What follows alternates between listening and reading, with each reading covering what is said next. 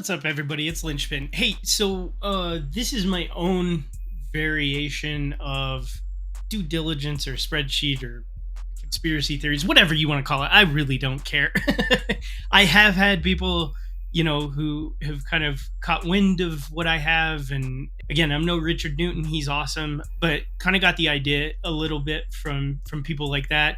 So basically, I just kind of break down my thoughts on it. Again, this is not financial advice, okay? First and foremost, this is fun. This is speculation. This is a blast. This stuff's like a mystery that we're all trying to solve. And I'm not saying I'm any smarter than anyone to figure it out, but it doesn't mean I'm not going to put in the effort to try or at least have some fun with it. Because watching Wall Street struggle with how to deal with this is just incredible. So here's some of the original posts. Andrances was originally the first one that got me onto this idea, and then I saw that there was a couple of others, so check them out. Endrans has a YouTube channel. Go check him out. I posted in all the emojis here, and it kind of makes sense to go in order. For the emoji charts, I haven't updated this for a while. The Liberty and Sirius merger instead of Memorial Day is something that other people brought up. That would have missed by a week. That was at the beginning of this week, the week that earnings happened. So that very well could have been a catalyst. Maybe he was jumping into that or something. I don't know for sure. All I know is the most compelling are you have these two eyes on the earnings season, okay, like watching earnings. This fell perfectly on that, on Chewy's earnings, and then there was Labor Day, and then the next week is GameStop's earnings. So that is super compelling to me. Then you had this for the week that he was buying Chewy, according to the filing. And then, if you recall, there was also he posted the dog with Chewy's background colors and then the green eyes, looking forward to earnings, forward guidance type thing. And then red for GameStop, blue for Chewy, heart, we're in this together type thing. So kind of fascinating how those two sections make the most sense in my mind if the weekly emojis make sense. So one of my favorite things was the 13G because it was, like, wait a second, it really is Tylee, RC's dog. So kind of fascinating. I'll talk about this in a little bit, but that during the live stream, a little bit more tinfoil to come. So here's the tweets. I started from basically the 13G tweet. My speculation was I don't really care what has taken place if I could jump into the timeline. And so, we'll see.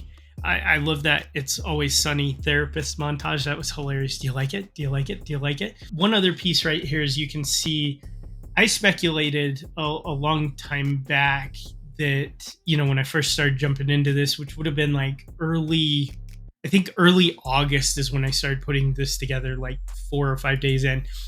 Oh, July is this, August is this, September is this, maybe. But as we know, we haven't taken off in September quite that way. So, could the offerings play an effect? Could macroeconomics play an effect? Could Andrew Short being indicted play an effect? There's all kinds of stuff, right? Like, this is why the predictions are so hard, is because there's so many factors out of control and the market's huge. So then I speculated, here would be the plan, essentially, of what he would do.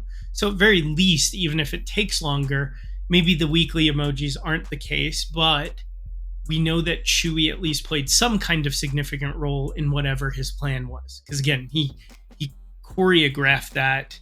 I feel, especially with that image of Tylee and then the goosebumps, going with the 13G. I need to go back and look and see if there's any indication of a 13 in there. More tinfoil. Again, this is kind of fun to see if it's there. Now, I have updated to him dropping Chewy, essentially. Now, I put he's out initially, but I don't know if that's the case, right? Like, is he maybe out? Maybe he's got multiple stocks. I stopped adding to this, just haven't been doing it, but I found this other account was kind of interesting.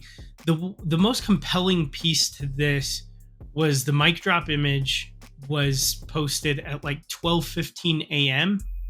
the morning the 13G dropped. So kind of fascinating. That was kind of odd timing and almost like, I don't know. So it says it's a parody, and I'm very skeptical of those kinds of accounts, but I find that kind of fascinating. I don't think you can just explain that away as luck. I don't know. That's just a personal opinion. Now, this didn't sell. Here's some additional tinfoil. So this is on my desktop, and his stream goes to 720. So it may or may not be the same. The Fidelity logo that I had in the past does look more white, like his does there. This one looks a little different on mine. It's a little bigger in the way it's like formatted. And I have like dark mode or whatever on some of my stuff, so it might be a little different. This is why that billionaire tweet, I really like the idea of, it would not shock me if he figured out cycles genuinely, whatever they are, or has some semblance of knowledge regarding that. 100% he could be a billionaire. I mean, nobody even had a clue how much he had until he came back, and then it was like, whoa. So if that all ends up being true, then wouldn't shock me. Now, he did say that was his only position and all of that, but, you know, kind of interesting. Then I have kind of a day since his posts and how many weeks. So just kind of trying to track how long some of these would have taken. And again, the YOLO updates, one thing I want to point out, whenever people are spreading FUD and all of that stuff, okay, I think Kitty will treat it a lot like what the last meme is, or what the last video is of ET, kind of where he's saying goodbye, I'll see you again type thing. I think he'll do it exactly the same as he did before and kind of fade back into the shadows. Because if you think about it, like, I respect that he does not want to be a public figure and just wants to go about his life. Like, I don't think he ever set out to get famous from this by any means, and it just kind of happened. And now a lot of us really care for the guy. Like, I want him happy and healthy and, you know, taken care of and all of that. And I think he gets a lot of undue flack with people being like, well, I bought because of him. Well, you're a dumbass, you know? Like, if you did that because of someone else, that's on you. Nobody forced you to hit the buy button. If you're stupid enough to listen to someone else, that's your own fault. Like, take some accountability, like, for crying out loud. But here's the thing, like, you know, if he was doing terrible stuff, sure, whatever. But I don't see that. And so with the YOLO updates, I think there will be the same kind of thing where in parentheses it'll say final when he's done and gone, possibly never to be heard from again. If you look at the tweet order and kind of my interpretations, you know, he has a lot about getting blamed and, you know, it's been a long road and all of that type of stuff. So I don't know. I'd love your thoughts. Like, you can use this as a template and do your own in your own spreadsheet. So anyways, that's actions. Now, I did want to talk about this. So especially now, this is even more relevant than ever. So it's October, right? So I've shared some of my positions, okay?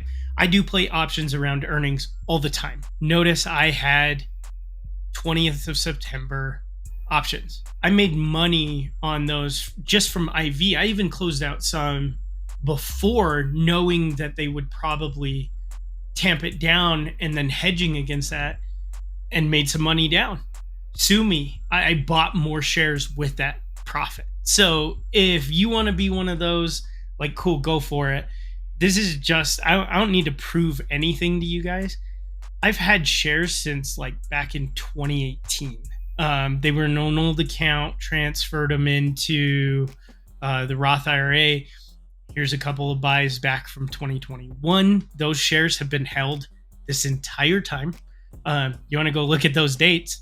I got some amazing prices on those, you know? So, and then here's some of the activity on shares. I haven't updated this for a while. I just want to give you a semblance of, I'm not going to tell you how much or anything like that. It's none of your damn business. I don't need to know what you're doing.